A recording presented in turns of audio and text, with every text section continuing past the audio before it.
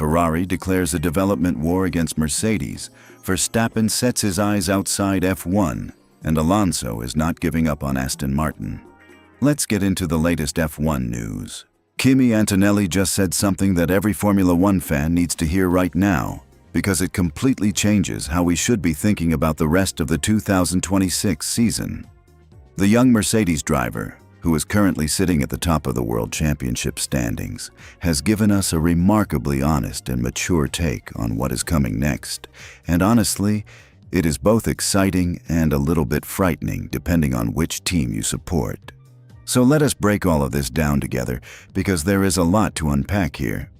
First, let us just take a moment to appreciate where we are in the 2026 Formula One season. After the initial races and a month-long break, the championship is heading to Miami for a sprint weekend, and this is not just any regular race weekend. Miami is shaping up to be the first major battleground where teams will bring serious upgrade packages to the track. The results we saw in Australia and the early races, those might as well be ancient history by the time we get through the next few months of development warfare. Now, Antonelli sat down with journalist Mara San Giorgio and said something really significant. He acknowledged openly that Ferrari is going to get access to the ADUO, which is the development tool that non-Mercedes-powered teams can use to close the gap on the dominant power unit. And here is the thing, he is not hiding from that reality at all.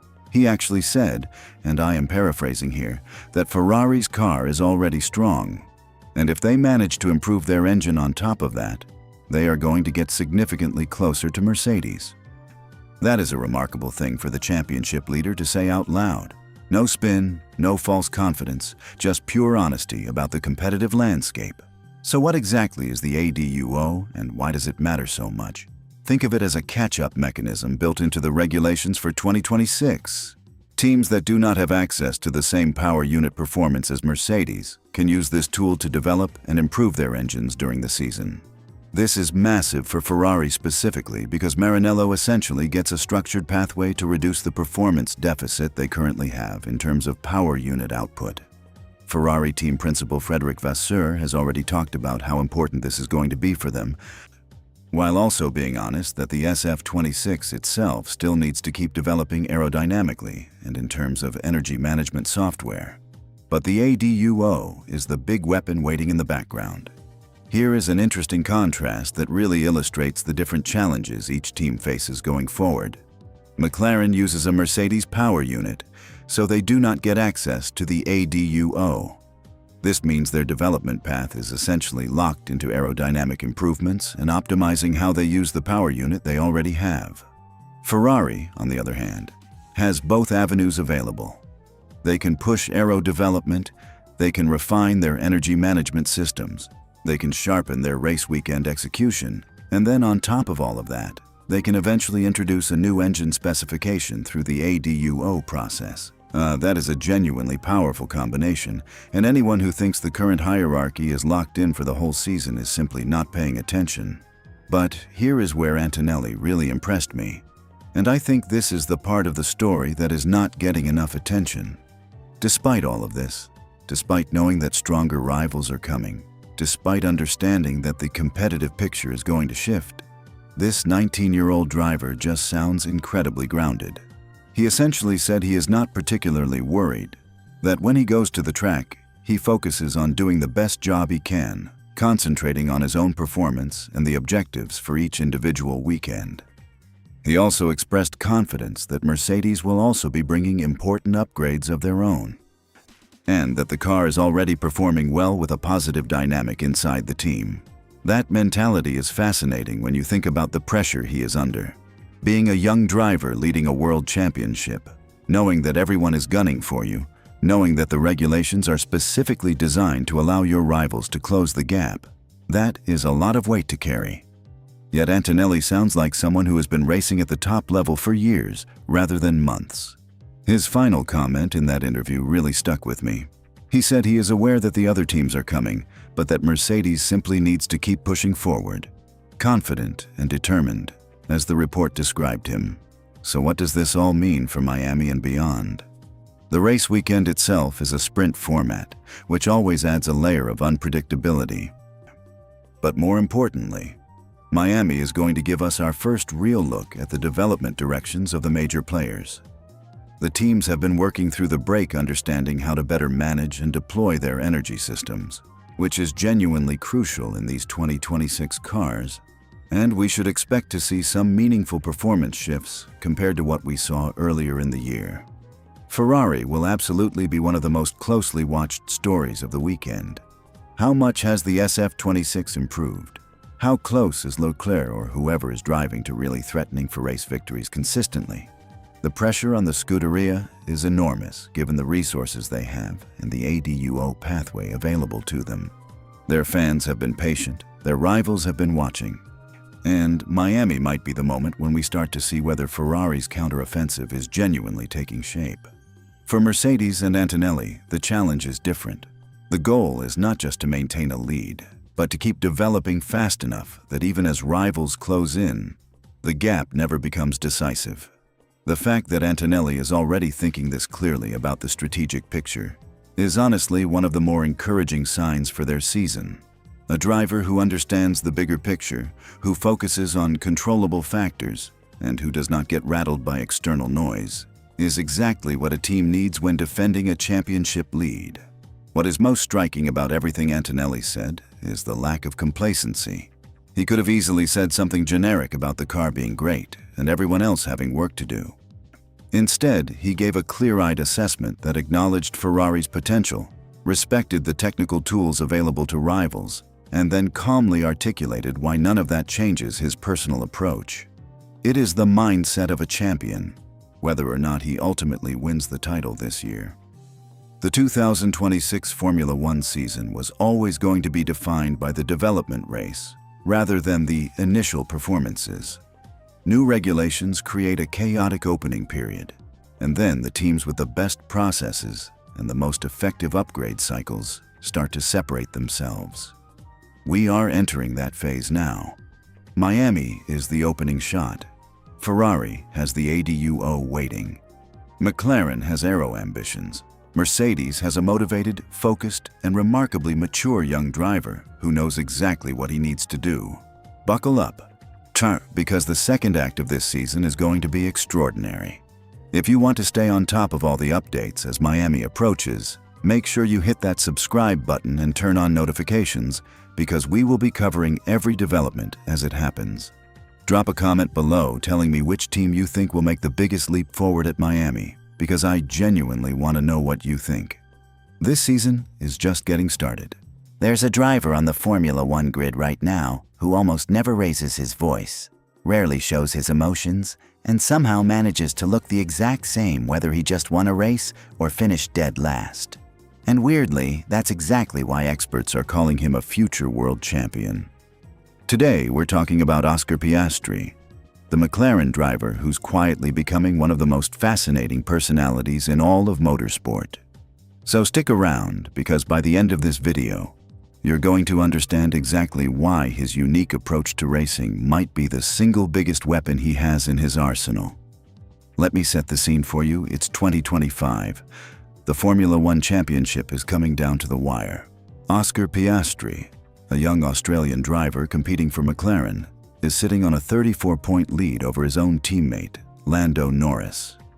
For most people, that's the kind of moment where you'd be losing sleep, biting your nails, maybe snapping at people in the garage.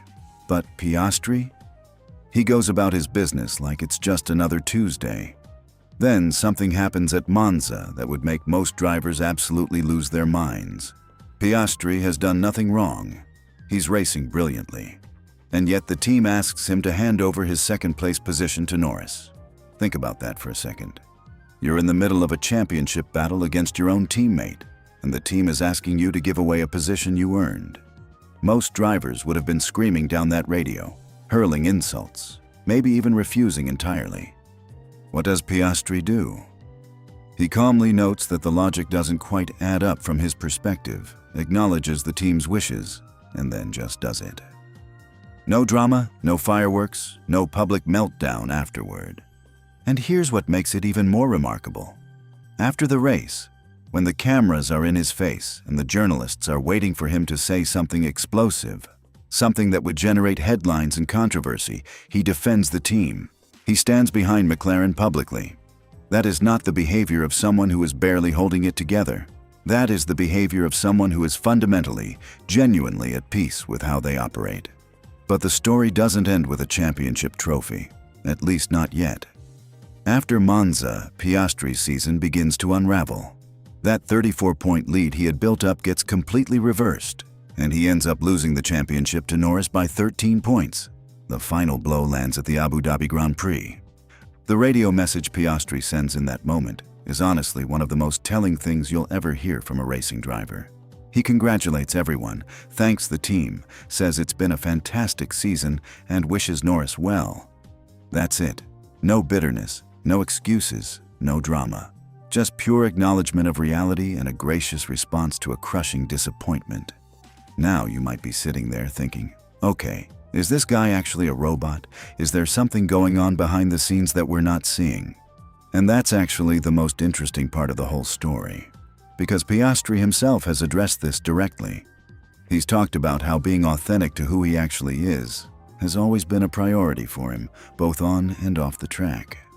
He doesn't try to manufacture a personality that fits what people expect from a Formula One driver. He doesn't perform intensity or passion for the cameras.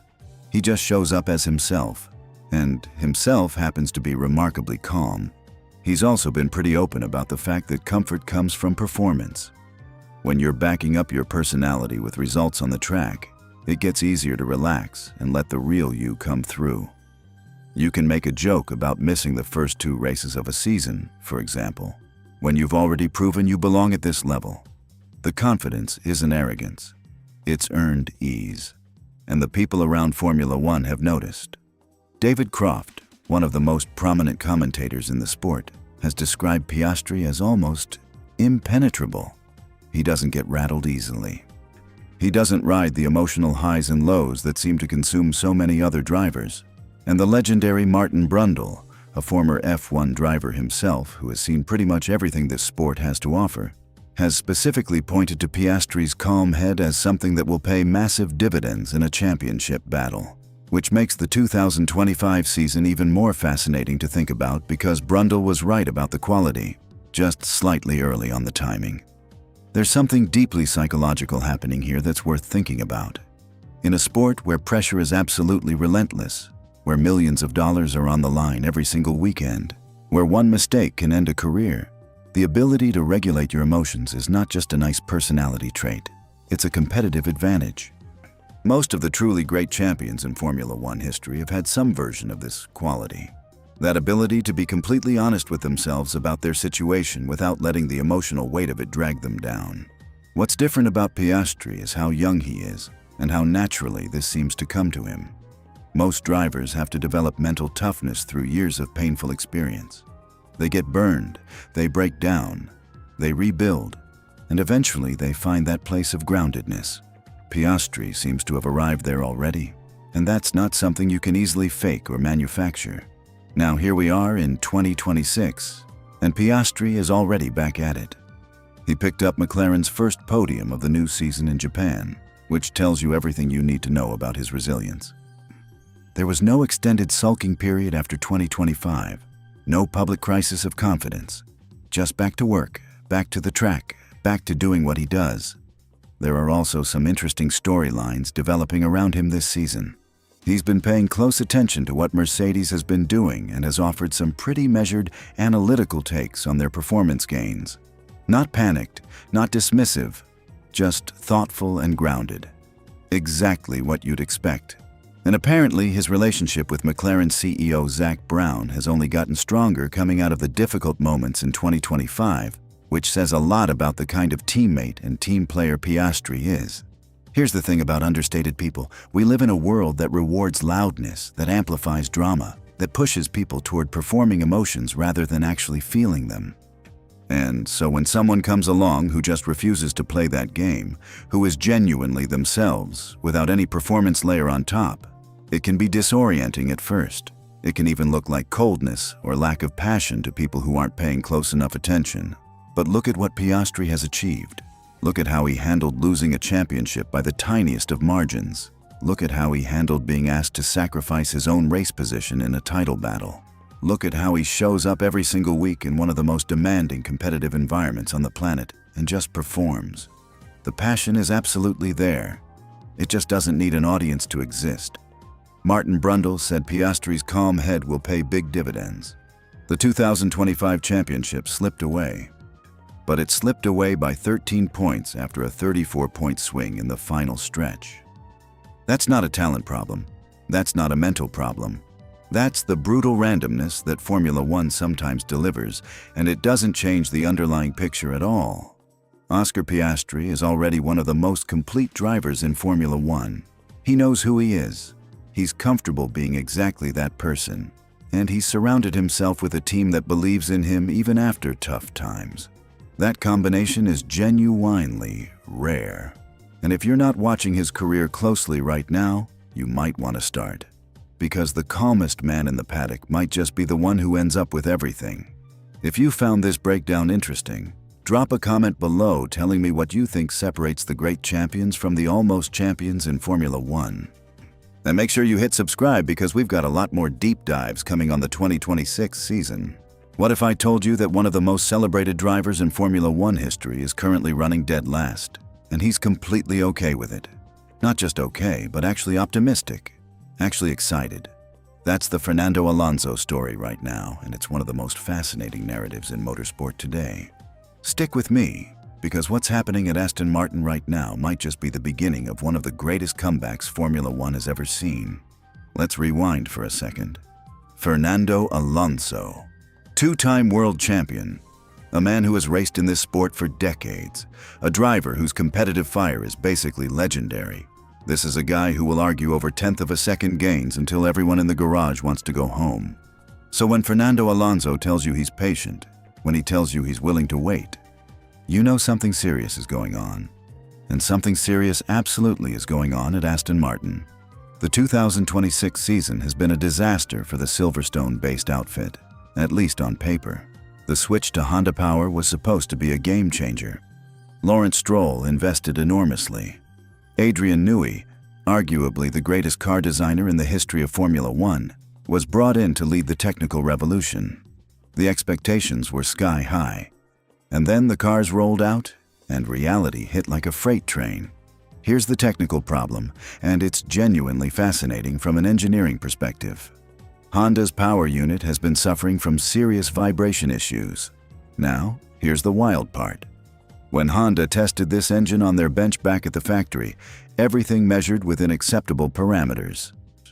The vibrations were within the design limits.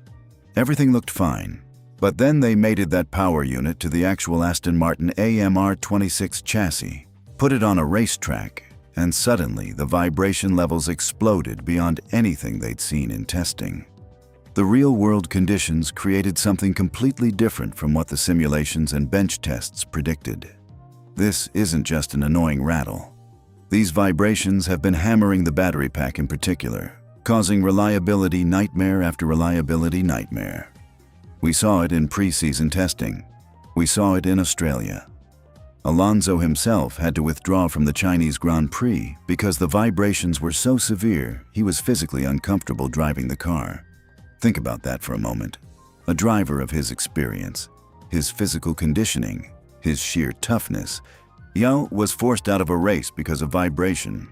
That tells you everything about how serious this problem is. But here's where the story gets genuinely interesting. Since those early races, there have been signs of progress. Real, tangible progress. The Japanese Grand Prix was a milestone moment because Alonso actually finished the race. That was the first time all year the team completed a full race distance. They crossed the finish line. Yes, they were at the back. Yes, the performance level was nowhere near where they need to be. But they finished. The engineers learned from it. And that matters enormously. So what does Alonso actually think is going on here? He's made a comparison that every Formula One fan should pay close attention to. He's comparing Aston Martin's current situation to where McLaren was in 2023. Now think about that for a second. McLaren in 2023 was genuinely struggling. They were getting knocked out in Q1. They were nowhere near the front of the grid. And yet by the end of that same year, they were winning races. Then 2024 happened, and they were Constructors' champions. Then they did it again in 2025. Back-to-back titles for a team that was in the doldrums just a couple of years earlier. Alonso is saying that trajectory is exactly what he believes is possible for Aston Martin. He's not blind to the scale of the problem. He explicitly said the McLaren comparison might be too optimistic. He called it a dream scenario. But the point is, the structural logic holds. If you understand what's wrong, if you fix it methodically, and if you have the underlying talent and resources, a turnaround in the second half of a season is absolutely achievable in modern Formula One. And here's the thing that should give Aston Martin fans real hope. The people involved here are not second-rate operators. You've got Newey leading the technical direction. You've got Honda, a manufacturer with a deep Formula One history, working around the clock to solve the vibration issue. Alonso himself has been in Formula One long enough to know what a recoverable situation looks like versus what a terminal one looks like. And he's not panicking. That should mean something. The upgrades that appeared in Japan are also telling, but not in the way you might think. Alonso was brutally honest about this. He said those upgrades brought essentially zero performance gain, and that's actually the point. The upgrades weren't about going faster. They were about gathering information, testing hypotheses. If the engineers in the factory think a particular component is responsible for a particular problem, you put a modified version on the car, you run it, and you see if the data confirms what you thought. You're essentially running experiments at race weekends. You're using the track as a laboratory. That's a sophisticated approach. It's not glamorous. It doesn't give you a headline saying Aston Martin gains 0.3. But it's exactly what you need to do when you're trying to solve a complex, interconnected engineering problem. The factory team's working on aerodynamics, on the power unit integration, on the vibration dampening. They need real-world feedback. Every race weekend gives them that feedback, and then the process begins. Wind tunnel time. Computational fluid dynamics analysis, design iteration, manufacturing. Then finally, the part arrives at the track. Alonso pointed out that by the time all those steps are completed, you're probably talking about July or August. So the timeline Alonso is working with is roughly the second half of the season. That's when he expects to see meaningful performance improvements. That's when he believes the AMR26 can start showing what it's truly capable of. And there are people within the team who believe that once the power unit issues are properly addressed, this could actually be a top 5 chassis, not a back-of-the-grid car. A genuine midfield competitor at minimum. Now here's what makes this story so compelling psychologically. Alonso is 44 years old. He's at a stage in his career where most drivers would have long since retired. He doesn't need this.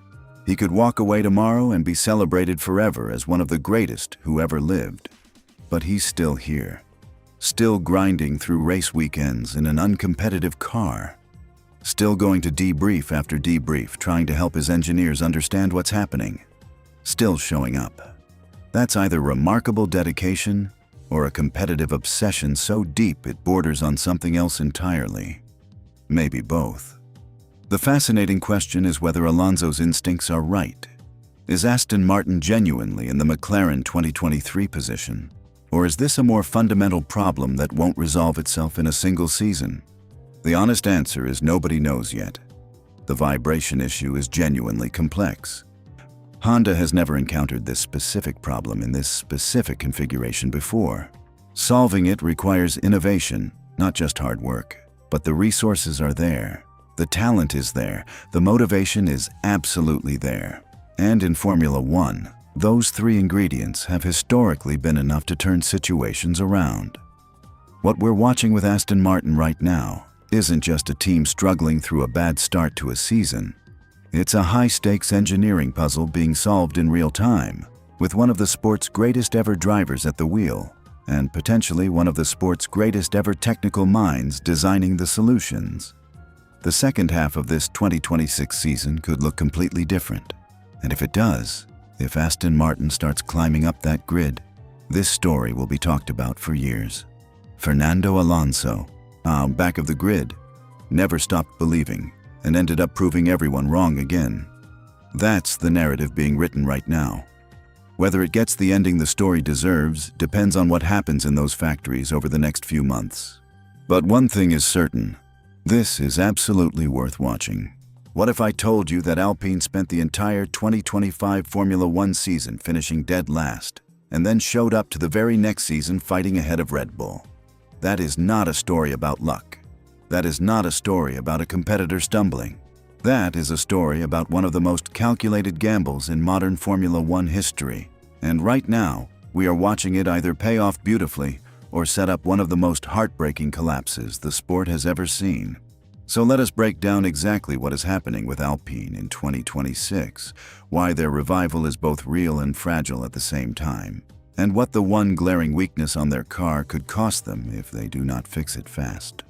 Okay, so first, let us set the scene properly, because context is everything here. Last year, Alpine was an embarrassment by their own standards. A team with the history, the budget, and the ambition of Alpine should not be running at the back of the pack. But that is exactly what happened throughout 2025. They were fighting for last-place finishes, collecting almost nothing in the Constructors' Championship, and watching rival teams walk away with points they could only dream of. From the outside, it looked like a disaster. From the inside, though, there was a plan forming, and that plan was extraordinarily bold. While most teams in Formula One will bleed every single development update out of a current car right until the very end of a season, Alpine made a different choice. They decided to stop developing their 2025 machine almost entirely and redirect all of their engineering resources toward the new regulation cycle that would begin in 2026. They essentially wrote off a full season of competition in exchange for a head start on the next chapter. Teams do not do this lightly. This is the kind of decision that can define a franchise or destroy it, and there was no guarantee which way it would go. Fast forward to right now, April 2026, and we have our answer, at least the early version of it. Alpine's A526 has come out of the gate looking genuinely competitive. Pierre Gasly has scored points in every single Grand Prix so far this season. Let that sink in for a second. The only drivers keeping pace with that consistency at the front are Ferrari and Mercedes drivers. Alpine is currently sitting 5th in the Constructors' Championship. And there have been moments where they were threatening 4th before a racing incident between Franco Colapinto and Esteban Ocon cost them positions and a penalty cost them more. Now here is where it gets really interesting. And this is the part that should excite every single Formula One fan watching this story unfold. One of the biggest structural changes Alpine made was abandoning their own power unit. They had been a manufacturer in their own right, developing their own engine, and it simply was not at the level they needed. So they switched to Mercedes high-performance powertrains for the new regulation cycle. And with Mercedes producing what appears to be the strongest power unit at the start of 2026, Alpine has immediately benefited from that horsepower advantage. But here is the question that nobody can answer yet. And it is absolutely the most important question surrounding this team right now. Is the A526 a genuinely great racing car, or is it a decent chassis being carried by a world-class engine? Because those are two completely different situations with completely different futures. This exact scenario played out with Williams at the dawn of the hybrid era. Williams had a strong Mercedes engine and for a while looked like a genuine midfield force. But once the field caught up on power unit knowledge and other teams optimized their chassis, Williams faded. Alpine knows this. Their technical team, led by David Sanchez, knows this. And managing director Steve Nielsen has been refreshingly honest about where the car is right now and where it needs to improve. Nielsen was speaking in Japan at Suzuka, and he did not sugarcoat things. He pointed out that the A526 has a specific problem with high-speed understeer. Now, understeer in high-speed corners is one of the more difficult aerodynamic characteristics to solve, because it relates to how the front of the car generates and maintains downforce under extreme lateral loads when the airflow is being pushed to its absolute limits. At Suzuka, which has some of the fastest, most demanding corners in the entire Formula One calendar, that weakness showed up clearly in the first sector. Nielsen described it as the single biggest weakness on the car right now, acknowledging they saw traces of it as far back as the opening round in Bahrain. The team brought upgrades to Japan specifically targeting the aerodynamic side of the car, looking for the low-hanging fruit in performance development. But fixing high-speed understeer is not a weekend patch job. It often requires fundamental rethinking of how the front wing interacts with the rest of the floor and diffuser system under those specific conditions. This is a real problem that needs real solutions, and the timeline for solving it matters enormously as the season progresses towards circuits where that weakness could be exposed more brutally. But here is the emotional hook in all of this, and this is what makes this story so compelling to follow right now. Gasly himself is doing something remarkable. He is mentally recalibrating in real time. After spending last year at the back of the field, grinding through a demoralizing season with almost nothing to show for it, he is now fighting wheel-to-wheel with Max Verstappen at Suzuka and coming out ahead. He crossed the line in front of the four-time world champion after defending for an entire race. That is not nothing, that is a statement. But Gasly is being smart about this. He is not getting carried away celebrating midfield victories. He was very clear after Japan that his eyes are not on the cars behind him. He wants to close the gap to Mercedes, Ferrari, and McLaren. He wants Alpine to be aggressive in development, to aim forward rather than simply protect their position. That mentality from the lead driver is crucial. A driver who is satisfied with 10th place can subtly drag a team's ambition downward. Gasly is pushing in the right direction. Flavio Briatore, Alpine's executive advisor, reinforced this message after Japan, making it clear that there will be no standing still during any break periods this season. The factory at Aston will be working through it, finding more performance, and making sure both Gasly and Colapinto have equal opportunity to score. Unlike 2025, this car will receive the team's full development attention for the rest of the season. So what does all of this mean for Alpine going forward? The honest answer is that the next few months will tell us everything. If they can solve the high-speed understeer problem, if their development trajectory continues upward, and if the Mercedes power unit keeps delivering, they could genuinely threaten the top three on certain weekends. Gasly himself hinted at this, saying he believes there will be specific conditions and tracks where they can genuinely show their nose at the front of the pack. The alternative story is darker. If the understeer fix proves elusive, if teams like Haas and Racing Bulls figure out their own cars more quickly, and if the power unit advantage turns out to be the only real thing Alpine has going for them right now, this bubble could deflate by summer. Williams at the start of the hybrid era is not an unfair comparison, and Alpine's leadership knows it. What we can say with certainty right now is that the gamble of writing off 2025 has produced something real. The A526 is a legitimate racing machine with genuine pace, a strong power unit, and a driver in Gasly who is hungry, motivated, and proving every single race weekend that he belongs in that conversation. The weakness is known, the team is working on it, and the season is young. Alpine is back. The question is just how far back they can push toward the front before the rest of the field catches their breath. This is one of the best stories in Formula One right now, and you are watching it play out in real time. What if I told you that the most dominant team in Formula One history just handed over the crown to their biggest rival, and nobody saw it coming quite like this? We are talking about the kind of seismic shift that happens maybe once a decade in this sport, and right now, in 2026, we are living through exactly that moment. Welcome back to the channel. If you are a Formula One fan, you already know that the 2026 season represents one of the biggest regulatory overhauls the sport has ever seen. New power units, new aerodynamic philosophies, new everything. And when you have that kind of reset button pressed across the entire grid, the established order gets scrambled. History tells us that moments like these separate the truly great teams from the ones who simply got comfortable riding the wave. So today, we are breaking down one of the most fascinating storylines in modern Formula One. How Mercedes clawed their way back to the top, while Red Bull, the team that once looked completely untouchable, finds itself in a very unfamiliar position. Let us start with some context, because this story does not begin in 2026. To understand where these two teams are right now, you have to rewind and appreciate just how dominant Red Bull became. We are talking about a period of dominance that was almost uncomfortable to watch if you were not a Red Bull fan. Race after race, season after season, the team from Milton Keynes operated at a level that made the rest of the field look like they were competing in a completely different sport. Max Verstappen was practically untouchable. The car was a work of engineering art.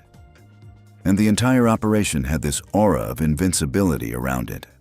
But here is the thing about dominance in Formula One. It creates complacency, it creates internal tension, and it creates a situation where your rivals are spending every single waking moment trying to figure out how to beat you. While Red Bull was celebrating championships and breaking records, Mercedes was back in Brackley doing something very dangerous. They were thinking, now, Mercedes knows a thing or two about rebuilding. Remember 2014? That was their reset moment. When the hybrid regulations came in, Mercedes were so thoroughly prepared that they basically invented the template for the next decade of Formula One. 7 consecutive Constructors' Championships. A legacy built on being ahead of the curve before anyone else even knew where the curve was heading. And the team has clearly applied that same mentality to 2026. The 2026 regulations are genuinely revolutionary. The power unit structure has fundamentally changed, with electrical energy deployment playing a much larger role than ever before. The aerodynamic regulations have been overhauled to create cars that behave differently through corners, on straights, and in the battle between drivers. This is not a minor tweak to existing rules. This is a completely new game. And Mercedes decided years ago that they were going to master this new game before the first race of the season even started. What makes this particularly interesting is how the competitive landscape has shifted. Red Bull built their recent dominance on a very specific philosophy. Their engineering approach was deeply tied to the regulations that existed before 2026. When those regulations disappear, that expertise, that institutional knowledge, that perfectly tuned machinery, it all has to start from scratch. Every team is back at zero, and at zero, Mercedes has shown historically that they thrive. Think about what this means psychologically for both teams. Mercedes walked into 2026 with something to prove. They had watched Red Bull dismantle their dominance over the previous seasons, and that kind of experience leaves a mark on an organization. It creates hunger, it creates focus. When you have been knocked off the top spot, you remember exactly what it felt like to be there, and you channel everything you have into getting back. That collective motivation running through an entire factory, through hundreds of engineers, mechanics, strategists, and designers, that is genuinely powerful. Red Bull, on the other side, was carrying the weight of expectation. When you have been the best team in the world, the pressure to remain the best team in the world is enormous. And when new regulations arrive and your car is suddenly not the fastest thing on the grid, the psychological adjustment is brutal. The culture of winning becomes a liability because everyone inside the team knows things are not the same, but nobody quite knows how to talk about it or fix it. Here is where the strategy element becomes really compelling. Building the best car for a new set of regulations is not just about engineering genius. It is about decision-making that happens years before a single lap is driven. Resource allocation, simulation priorities, wind tunnel programs, which design concepts to pursue and which dead ends to abandon. None of these decisions get made in the dark, with imperfect information. And the teams that make the right calls in those moments are the ones who show up to the first race of the season with something special. Mercedes has clearly been making the right calls. The car they have produced for 2026 is by all accounts the product of a very deliberate and very long-term strategy. While other teams were managing their existing cars and trying to extract every last tenth from regulations that were about to expire, Mercedes were apparently already living in 2026. They front-loaded their development resources, made philosophical commitments to their 2026 concept earlier than their rivals, and trusted that this calculated gamble would pay off. The driver's situation is also fascinating to consider. Mercedes has the kind of driver lineup that can actually capitalize on having a fast car. That matters more than people sometimes acknowledge. A championship-winning car driven by someone who cannot extract its full potential is not a championship-winning combination. When a team and its drivers are aligned, when the car suits the driving style and the driver trusts the car completely, the performance gains compound in ways that are difficult to quantify, but very easy to see on a timing screen. Red Bull is navigating something genuinely difficult right now. This is not a team without talent or without resources. They remain one of the most sophisticated and well-funded operations in the paddock. But the combination of regulatory change, the transition of institutional knowledge, and the inevitable evolution of internal dynamics, all of these things are creating headwinds that did not exist during their dominant years. Getting back to the front of the grid from this position requires the same kind of patient, strategic, long-term thinking that Mercedes applied, and that process simply takes time. There is also a broader lesson here about the nature of competition in Formula One. The sport is designed to be difficult in ways that go beyond just building a fast car. It is designed to challenge teams, to force them to adapt, to reward those who think differently and who are willing to invest in uncertainty. The regulation changes that come around every several years are essentially Formula One pressing the reset button and saying to every team, "Prove yourself again." Mercedes has answered that challenge with what appears to be the best car on the grid heading into the new era. Red Bull is faced with the challenge of rebuilding without any of the crutches that supported their previous dominance. And the rest of the teams are somewhere in between, all trying to figure out where they stand in this new world. What happens next is genuinely unpredictable, which is exactly what makes Formula One so compelling. Red Bull will develop, they will adapt, they will throw enormous resources at closing the gap. Mercedes will try to maintain their early advantage and build on it. The drivers will have moments that define the season. Mechanical failures will rewrite races. Strategy calls will be brilliant or catastrophic. And somewhere in the middle of all that chaos, a championship will be decided. If you are a Formula One fan watching 2026 unfold, you are watching history. The shifting of power between these two giants of the sport is one of the great narratives of the modern era. Mercedes rising, Red Bull adjusting, and an entire field of incredible competitors chasing both of them down. Drop your predictions for the 2026 season in the comments below. I would genuinely love to know what you think is going to happen, and make sure you are subscribed because this season is going to give us more content than we can possibly keep up with. Stay tuned.